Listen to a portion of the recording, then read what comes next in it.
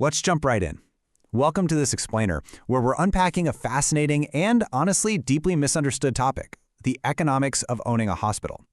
When most of us drive past a massive, sprawling medical center, we just see an absolute goldmine, right?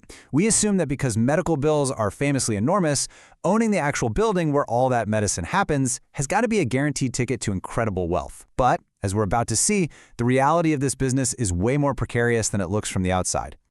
Okay, let's dive into this. The average person imagines a deceptively simple, kind of naive business plan when they think of hospital ownership. It usually goes something like, Step 1, buy the building. Step 2, hire the doctors. And Step 3, just watch the patients roll in, charge them for the care, and pocket the difference. Boom, profit. Sounds totally foolproof, doesn't it?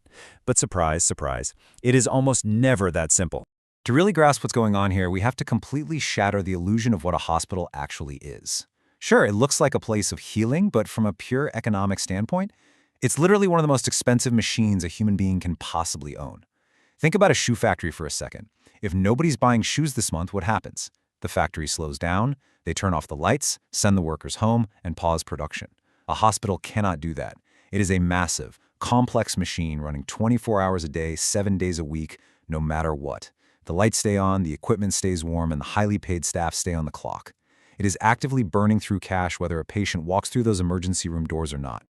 Now, what's really interesting about this is how we have to completely reframe what you're actually buying. A lot of folks think a hospital sells medicine.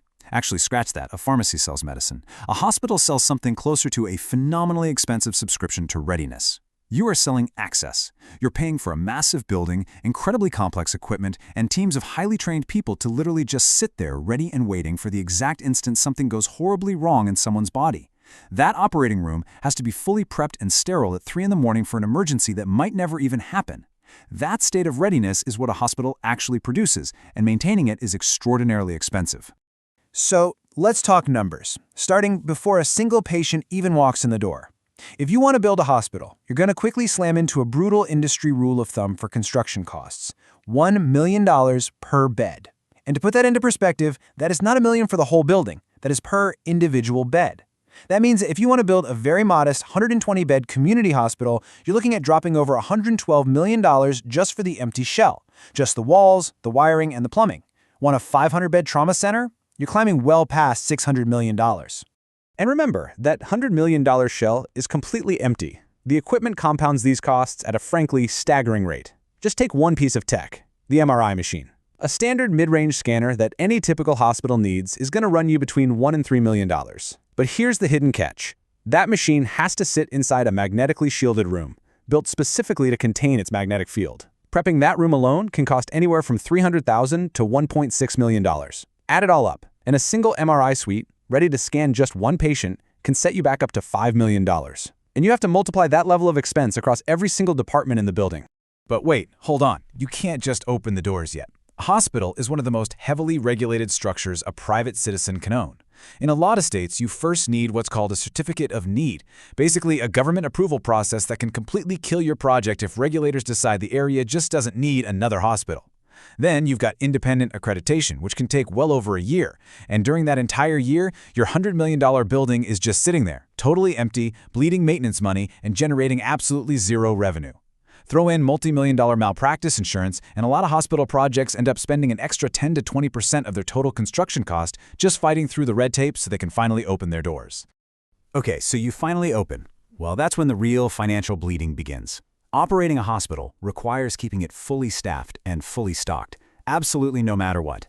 Labor is the massive slice of the pie here, eating up about 60% of your total operating costs. Doctors, nurses, security, the billing department, they all get paid whether the waiting room is packed or completely empty. And this cost is surging. Get this, registered nurse salaries alone have risen roughly 27% faster than general inflation over the last 4 years. When you combine that with the skyrocketing costs of pharmaceuticals and basic building maintenance, a modest hospital can burn through tens of millions of dollars a year just to keep the lights on, all before a single insurance payment even lands in its account.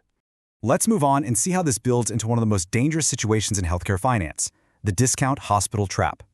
You see, every few years, a struggling rural facility will go up for sale at an absolutely incredible discount. A building that costs $50 million to build might sell for just a fraction of that. On paper, it looks like the deal of the century, but it's a trap. You aren't buying a profitable business, you're buying a massive, inflexible, fixed-cost structure. The data actually shows that nearly half of all rural hospitals lose money, simply because they don't have the patient volume to support those heavy fixed costs. The building might be cheap, but the cost to keep it in that state of readiness, that never shrinks. So you're probably wondering, how does a hospital actually make any money? Well, it relies on this genuinely clever but highly fragile cross-subsidy engine. See, the emergency room almost always loses money. By law in the US, an ER cannot turn away a patient based on their ability to pay, which makes it a guaranteed cost center. To survive, hospitals secretly fund these massive ER losses using their highly profitable departments. Elective surgeries like scheduled hip replacements or cardiac procedures reimburse at rates way above their actual cost. So just one profitable scheduled surgery can generate enough margin to cover the unreimbursed costs of dozens of ER visits. It's a delicate balancing act. But here is the terrifying catch.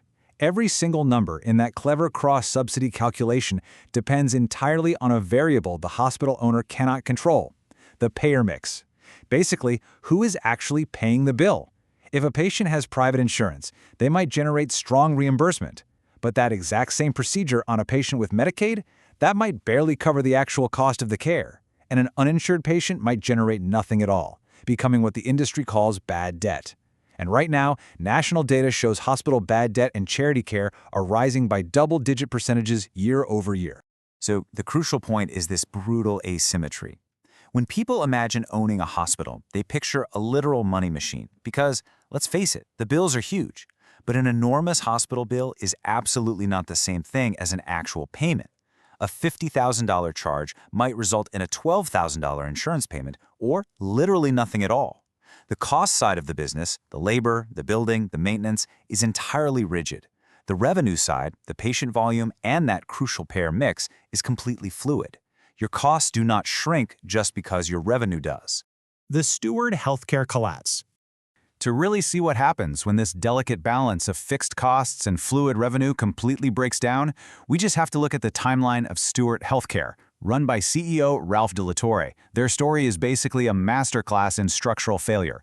Back in 2010, a private equity firm called Cerberus Capital bought 6 struggling community hospitals.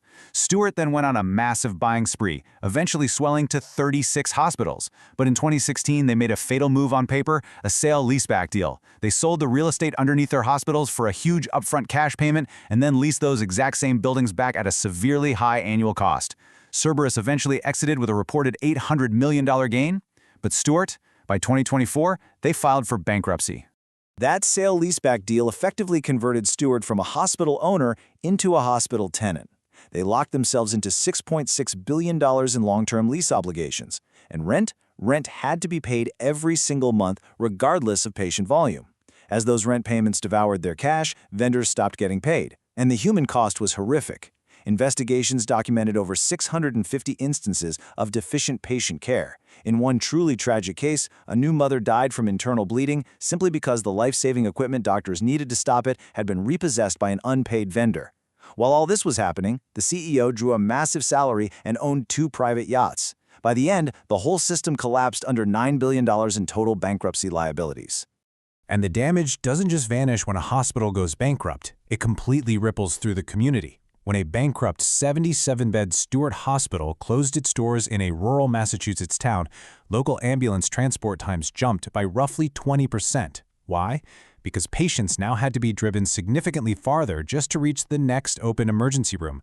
The physical building was still sitting right there, but the community's access to that vital readiness was gone entirely. And this brilliantly illustrates the razor-thin margins of this entire industry. Let's take a $400 million hospital. In an optimistic scenario, we're talking great insurance and a high volume of elective surgeries, and might see a 7 to 8% margin, giving it around $28 to $32 million in profit. But if nursing wages rise or the number of uninsured patients ticks up just slightly, that exact same building, treating the exact same number of patients, can swing down to a 1 or 2% margin, or even suffer a devastating multi-million-dollar loss. Size definitely didn't protect Stewart Healthcare. It just made their eventual collapse that much bigger. So we are left with this stark realization. A hospital isn't a typical business like a restaurant or a retail store. It is an enormous, immovable cost structure sitting permanently exposed to a revenue stream that nobody can truly control. If you buy a hospital, you absolutely must understand that the physical building is never really the asset. The patients walking through the door and whoever is actually paying for their care is the true asset. And as we've seen, that asset can shift beneath your feet faster than any building ever could.